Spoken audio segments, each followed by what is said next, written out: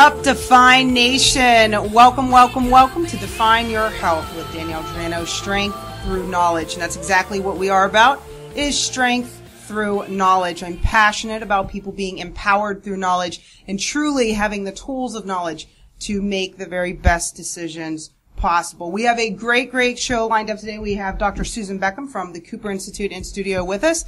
And we're going to really tackle a taboo type of an issue. And for those of you who know me, I never stir up the hen's nest, right? Yeah, okay. That's where we all laugh, guys. Here we go. My producer is laughing right now. That's good. We're going to be talking about something that a lot of people, whenever I give my keynote addresses, and strikes folks. And that's really how I got into personal training myself. Now, a lot of people know my story about the transition of me and my weight loss journey and how it started. And, we're always still on that journey. I don't think that journey ever ends of overall health and improving of yourself. But how exactly did I become a personal trainer and get on this whole journey with Define? And, really that happened because of a personal training incident. And that's what I like to refer to it as that. But it was really a launching off point of passion for me, and really where my stem of knowledge really began. And so for those of you who don't know, when I was about a year or so into my weight loss journey, I joined a big box club. Now, that was a pretty big step for a girl who was as large as me with not exactly the greatest self-esteem. And to make a long story short, I was offered a free fitness assessment, and that fitness assessment led into a sales pitch, a very hard sales pitch that at the time, because I really could not genuinely afford it, led me to tears, and it led me almost to give up that day. I did not give up, thankfully, because I had a wonderful support system in place. But a lot of people find themselves in that situation. And, the personal training industry and the fitness industry is, I don't want to say it's unregulated, but there's a lot of gray areas, or at least from my perspective. So we're going to tackle that issue head on today. We'll be right back with Define Your Health with Danielle Girdano, strength through knowledge.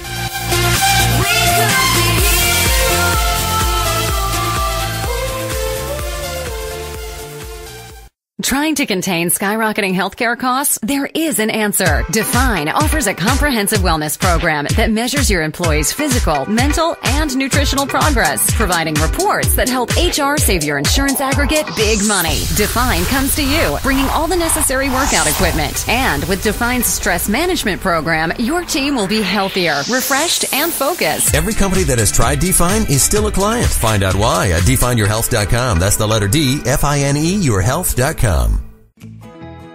Do you want to make sure the air you breathe is clean? AdvanaClean is a company you can trust for air duct cleaning, emergency water cleanup, and mold remediation. I'm Sherry Bennett with AdvanaClean. Breathe easy and call AdvanaClean 972-57-CLEAN or look us up at advanaclean.com. And we are back, Define Nation. I am so excited about my guest today, and I think you will be thoroughly impressed as well, too. Dr. Susan Beckham from the Cooper Institute not only was one of my mentors and instructors when I first started my journey, but also has a PhD in physiology, a Master of Science in Kinesiology, and her professional career besides the Cooper Institute. She was the director of non-invasive cardiology for the Dallas VA Medical Center, and also in the cardiac rehab department, teaching research department specifically for University of Texas at Arlington. And we have somewhat of a similar story because exercise actually transformed her life.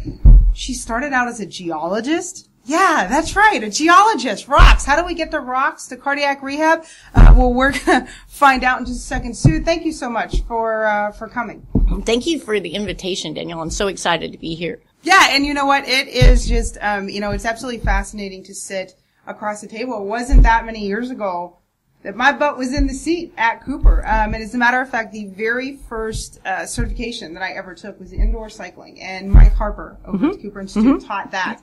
And that was the very first certification I ever had.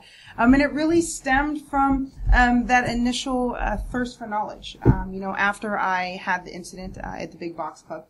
it changed me, because I came home in tears. I was like, oh my God, this is true. I mean, who am I kidding? I've only lost 100 pounds. I still have so much more to go. This is ridiculous.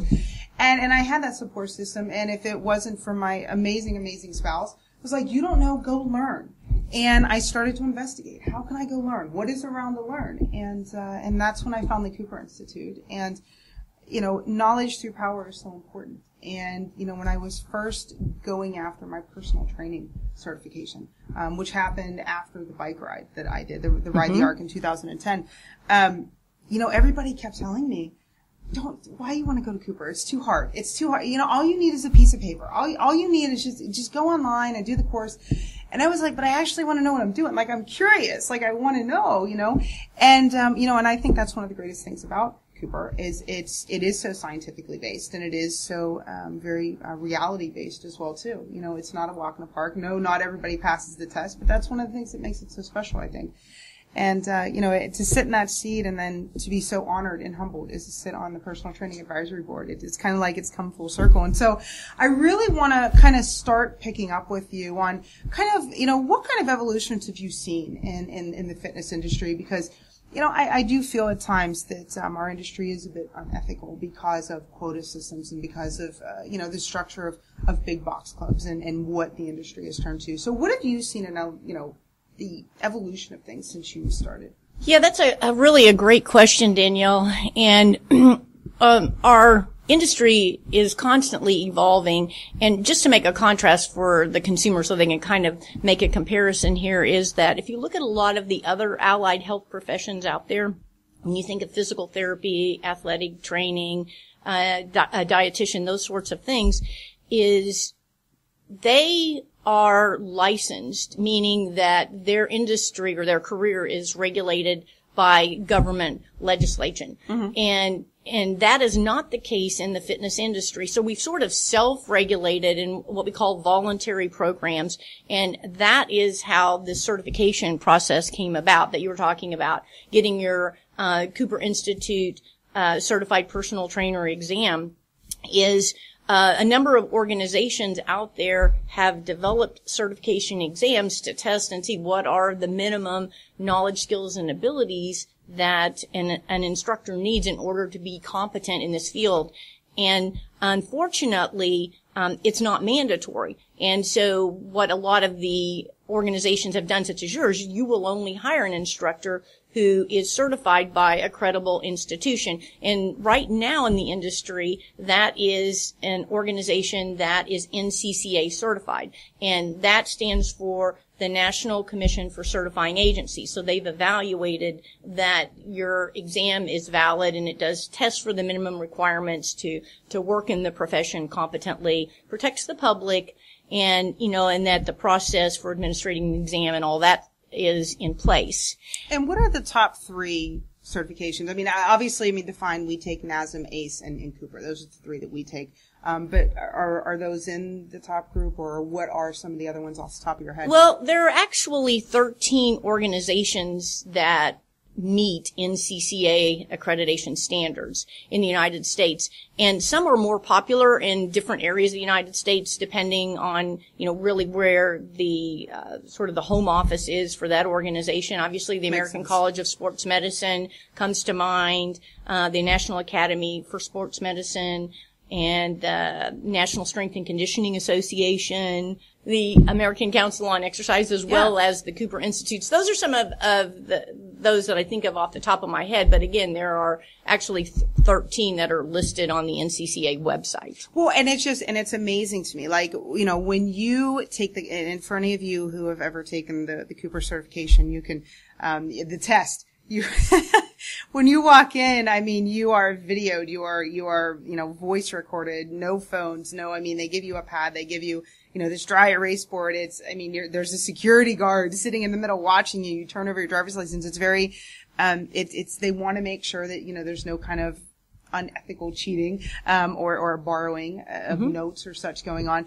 And, it amazes me that some of these certifications, you really can go online and print off the certification that day. And I'm just, oh my goodness. And so how do you think that that's impacted the quality of the industry? I mean, anybody can Google and look up reviews on whatever club or whatever business that they like, for that matter. How do you think that that's really affected the growth of the business, and kind of the long-term longevity of the business and the credibility of really what we're trying to do in the fitness industry? Well, the good thing is I think we're moving away from having so many options out there, and from that standpoint, it can be confusing for the consumer. And so most organizations that are credible, like yours, that hires personal trainers, are now requiring NCCA, certified individuals. They will not hire someone with a certificate that they received online, or something like that. So they all had to go through the procedure that you're talking about. And so what we're trying to do, as I said earlier, right now what we're doing is self-regulating. But what we're seeing is legislation is cropping up primarily at the state level in an effort to regulate this. So it becomes more like licensure. The challenge really is that once that legislation takes off, that it will advance the profession, meaning that it will specifically identify our scope of practice and protect it, and guarantee, for the consumer their safety, and that the individual is competent, and that there's a way to determine if this individual's kept their certification current. And I'm proud to say that the Cooper Institute is engaged in that advocacy process, because we're a member organization of CREP, and CREP is the Coalition for the Registration of Exercise Professionals. Mm-hmm. And it was started back in 2013, and we are one of the 7 organization members that are out there working as a coalition to look at that state legislation as it's presented, and then promote it in a way that it's going to really be a benefit for the exercise professional, practicing in the field, so that they are recognized as someone who can deliver wellness and preventive health services, ultimately in more of a healthcare context down the road. Well, and that legislation, I mean, obviously we know that legislation can take a long time. From what you have seen, how close are we to getting something passed where it is more of a external, I don't want to say watchdog, but external regulatory agency that's really monitoring to make sure that the people who are out there really are certified, really do understand, really, are not hurting people. One of my biggest things with CrossFit is that there's so many people out there that they're hurting people. I mean, you don't just beat people down, and then they consider that a good workout. So what does it look like from what you've seen? How close are we? How far are we? What does that look like from an overview perspective? Well, believe it or not, I would say at this point, it seems like a slow process, but we are making big strides. And I say that because one of the biggest steps with the coalition last year was the development of a registry. So we actually have one location online where an individual can go and look up and see if that personal trainer that they would like to hire truly is NCCA accredited.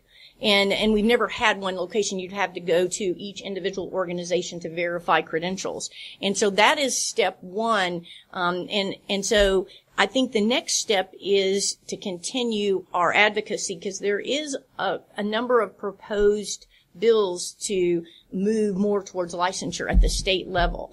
And the problem is with some of those, there have been sort of loopholes or loose ends that just would not be beneficial for the exercise professional and necessarily protect the interest of the public. Mm-hmm. And so I think we are moving closer. And in your opinion, this is a positive measure that's being taken, in your opinion, yes or no? Yes, I think it's a very positive measure in that so far most of the legislatures have been very open about allowing the coalition to step in and provide input into what the bill should really look like. So it parallels some of the other allied health professions that we see that are, under licensure. That's awesome. That's awesome. Well, we are going to take a short break, Define Nation, with Define Your Health with Danielle Girdano, Strength Through Knowledge. Trying to contain skyrocketing healthcare costs? There is an answer. Define offers a comprehensive wellness program that measures your employees' physical, mental, and nutritional progress, providing reports that help HR save your insurance aggregate big money. Define comes to you, bringing all the necessary workout equipment. And with Define's stress management program, your team will be healthier, refreshed, and focused. Every company that has tried Define is still a client. Find out why at defineyourhealth.com. That's the letter D, F-I-N-E, yourhealth.com. For a prosperous life, contact us at Mockingbird Financial Architects, 214-315-6703. This is Brian Cuban, best-selling author of Shattered Image. You can buy my book on Amazon.com and contact me to speak at your college or university at brian@briancuban.com. And we are back with Sue Beckham, Dr. Sue Beckham from the Cooper Institute. And we were just kind of talking about legislation in the last segment and, really how can people equip themselves and how can they know, if their personal trainer is accredited or not. And what was if you give the organization name one more time and also the website so that people can check this out. Yeah, it's called CREP. It stands for the Coalition for the Registration of Exercise Professionals, and they developed the registry, which is called the U.S. Registry for Exercise Professionals, and all you have to do is go to usreps.org, and you can actually put in an individual trainer's name and verify their NCCA accredited certification. And then you can even search by like state and zip code if you're looking for a trainer in your area that is certified. So it's a great tool. Very good. And Define Nation, just so you know, yes, you will find my name on there, I promise. So, one of the things, and sometimes it drives me nuts. I will go into a big box club if I'm traveling or something and, I'll do a workout and you'll see a personal trainer doing the exact same routine with 3 different people, and one will be an older person, one will be a younger person, one will be a male, one will be a female. And I just sit there and I kind of shake my head because, a big part of what a true fitness healthcare professional does, and that's, I believe, a polished professional personal trainer. That's the way we should refer to them, or at least that's the way I refer to my folks. And, half of their job is writing the routines, putting effort into the routines, making sure that the client is having that progression. And so many times, one, you see either I'm on the phone and I'm checking something, or I'm doing the same routine with a bunch of people, or I'm writing something down and, there's no accountability to go back to. And I know, volume totals were one of the things that impacted me the most at the Cooper Institute. And, part of the process that Define has now utilizes those volume totals because it's adherence and it's accountability for the person and the trainer. Exactly. And, one of the things that I tell people is, when they tell me they already have a trainer, I say, well, what kind of progress are you having? Did you ask them what certifications do they have? What questions did you ask them? How did you find them? Right. And a lot of times it was, well, I went to the gym and this is who they assigned me to. And well, and I'm assuming that the gyms, check it out and, and I just shake my head a little bit. But, I'm an advocate of interviewing the trainer. I think that businesses should do due diligence. And I think Define does that. But I think that there is also a bit of a client responsibility. Yes, we can pair as much as there is. But ask questions. And I love when our clients ask us questions. Okay, now, wait, who is this person? Now, this is my goal. Are they going to be able to, meet me? And so you give them a background and you give them a bio. In your opinion, first of all, are you in favor of the whole idea of interviewing per se? And that might be a bad term, but, asking questions of the personal trainer if you are hiring, if you're going out and you're trying to find a personal trainer. And if so, what are the type of things that, maybe people should really be on the lookout since you are one of the people developing the next wave of personal trainers, so the next generation? Well, that's a question I'm really happy to answer. So after your step 1 where you verified their credentials, the next step is I always tell people, think of it like if you were going to have knee surgery or you were looking for a family physician, you would want to shop around, and not just for cost, but to make sure that you get someone who's qualified. And even say if you identify 3 physicians who do a surgery well, then you're probably not going to necessarily relate to each one of those the same, right? Everybody's bedside manner is different, and it's really no different with the personal trainer. You want to find a trainer where you can develop a relationship and you know that they're listening to you and what are your goals, and you want to know that trainer is is truly going to keep you accountable so that you can meet your goals. And so I say the first step after that is ask the trainer, so if I were to train with you, what would that look like? And the first thing you want to hear from them, whether, again, you're talking to them via an email or a one-on-one conversation, is that I'm going to get a health history, do a medical screening so I can clear you for exercise. It might be that some clients need to see their physician and get cleared prior to starting. And then after the client's cleared, the next step is really an assessment of some sort to get a baseline. And that assessment might look a little bit different, like you were saying, if you're working with an older individual versus someone who's involved in athletics and has muscle imbalances. And so you want to make sure that they're going to get that baseline and then use that information along with your health history and your goals, and then that they're going to consider how much time you have to commit to exercise. Absolutely. And then set a realistic timeline to achieve those goals, because I'm sure you've run into the situation where sometimes people approach you with unrealistic goals. It's May and I'm getting married in Right. June. Oh my God. I mean, they're certainly motivated, but we have to bring them down to earth a little bit, right? This is true. And just, I think having that conversation, I think that's another way too, that people, if a trainer is willing to sit down and have that conversation with you, right. that means that they are committed past the, 45-minute hour session that I'm billing you for, the billable minutes that I'm there. Do they have genuine interest and genuine concern if you make it, and so when you talk about accountability, what do you think are the top, accountability checks per se? I know that our Define people, we send texts and we follow up with the client. We send them an email. How you feeling? Do you have any soreness? How's it going? If they're on vacation, check in with them, just making sure that things stay top of mind. But besides that check-in, do you have any other things where people can be like, hey, my trainer does that. That's good. Or, hey, maybe I should ask my trainer if he can do this because it'll help me further my progression. Well, I think one of the biggest areas to focus on in terms of accountability is that weekly accountability. And I like the client to bring in, for example, if they've done their cardio on their own, bring in the details of that. If they want to do map my run or my ride, cardio, or whatever that is, on heart rate phone, reserve. Yeah, exactly. or whatever that is, how many minutes, or their perceived exertion, whatever that may be. And then also, I think, getting on the nutrition side, and for most people, I find if they just start paying attention to what they eat and they eat healthy, they start to achieve their goals a little bit faster, whether that's weight loss or just, getting in shape in general. And so I think those are two big areas where I think it's important to keep people accountable on a weekly basis, and so that they know you're reviewing that and then you're asking questions to follow up. And that nutrients actually come from food. What a novel concept. It doesn't come in a bottle, guys. It comes from actual real food. Isn't that That's right. Isn't that interesting? And one of the things that I hear come up, and I don't know if you've ever heard this or not, but the use of master trainer. I'm starting to see that more and more get thrown out.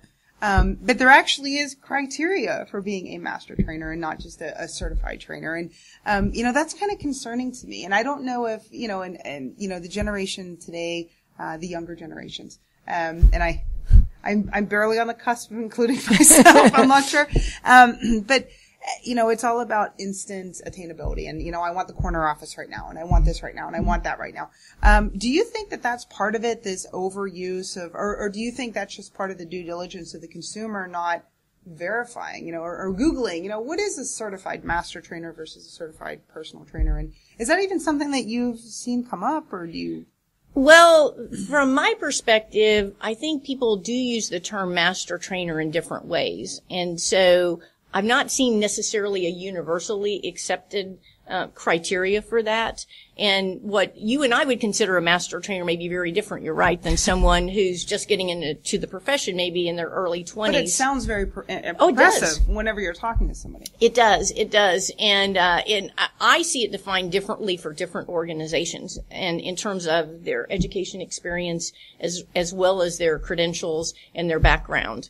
So it's difficult to speak to that because unfortunately there's not just one set of criteria that I'm familiar with for that. Well, and that kind of, it leads me into two different things here. One is, a lot of, and and I say gym rat, and I include myself in that. I am a gym rat, but there's a difference between being a professional and being just a gym rat, even though you might have a lot of information. And of course, I mentioned how I found the Cooper Institute. Really, what are the paths? Because you're an instructor. This is what you do. You develop and mold the next generation coming out. What are the things that you would point? Hey, this is something I may be interested in. I feel like I have a talent in this. I can motivate people. I do have compassion. I'm genuinely interested. How would you recommend that somebody kind of start the process as an instructor? What do you look for a good candidate, a good student candidate to have, or what's the thought process that they should go through? Well, number one, I think you nailed it on the head, is they want to be passionate about getting in this field, because it really is about helping people and changing lives. And then really number two is looking for training, and then obviously a national certification, but they want to make sure that their training will provide them with the science as well as the application. Because the goal, as you mentioned earlier, is that each person gets an individualized exercise prescription. And if you don't understand the science, it's really difficult to do that. Absolutely. And to really help that client meet their goals. And so I think that's the first step. And then once you get that certification, then it's finding the right fit in terms of an organization and a mentor, because the mentor is really what's going to help you build your career, as you know. Absolutely. Because we all have mentors in this field. No, absolutely, absolutely. And, one of the great things in the prize pack that we're giving in today from the Cooper Institute, although I think I'll take the massage first. No, I'm joking. Is actually a gift certificate for $150 that a prospective a trainer or someone who's just interested in learning more can actually apply towards a class at the Cooper Institute. Right, it could be any class. And $150 gets you a long way in those. And so that's good, because again, I'm an advocate for knowledge, and so I'm excited that you guys included that. And I thank you very much. And it is going to be an absolutely just phenomenal prize pack. Just awesome prize pack that we're giving away today. And one last thing, I know we kind of briefly talked about how you started as a geologist. Can you finish things up? How did you get from geology to, director of non-invasive cardiology to, what I mean? How does this happen that you become a foremost cardiology expert from rocks? I mean, no offense to geologists out there. Rocks. I mean, it's rocks, right? Well, it is a bit of a different field, but actually, as I was working as a geologist, I set a goal for myself of training for just a mini triathlon. And I'd never been super active. I'd never been a couch potato, but never super active. And it totally changed my perspective on life. And it gave me so much self-confidence, like in every area of my life, that I said, oh gosh, I'm going to follow my passion now, and went back to school and, as you said, got my master's and ultimately my PhD. And, it's always a great day at the Cooper Institute, because I get to come to work and I get to share my passion and change so many lives, because, just what you've done from sitting in that seat to an entrepreneur, and how many lives you've changed, it just multiplies itself over time. So it's really exciting. And Sue, tell these wonderful Define Nation members how exactly they find more information out about the Cooper Institute. Well, the great thing is we're celebrating our 45th anniversary this year. And if you go onto the Cooper website, which is thecooperinstitute.org, we will have promotions going on throughout this whole entire year. And so you can check it out. You can find our full course schedule, and then you can also connect to other parts of the campus that might have other services that you need, such as the spa, the fitness center, and the Cooper Clinic. So with that, we are going to wrap up the show. Guys, don't forget that we will be posting that question for the prize pack, almost $600 in giveaways today, including our friends at SOYJOY and Kind Bar and Zevia. Don't forget our Nordic Naturals friends, and of course, the awesome gift certificates from the Cooper Institute, not just for $150 to use towards whatever class you'd like at the Institute, but also a massage, a day at the spa. That's what I'm talking about. All right, Define Nation, until next time, remember, stay motivated, stay dedicated, and be highly recommended. Bye-bye.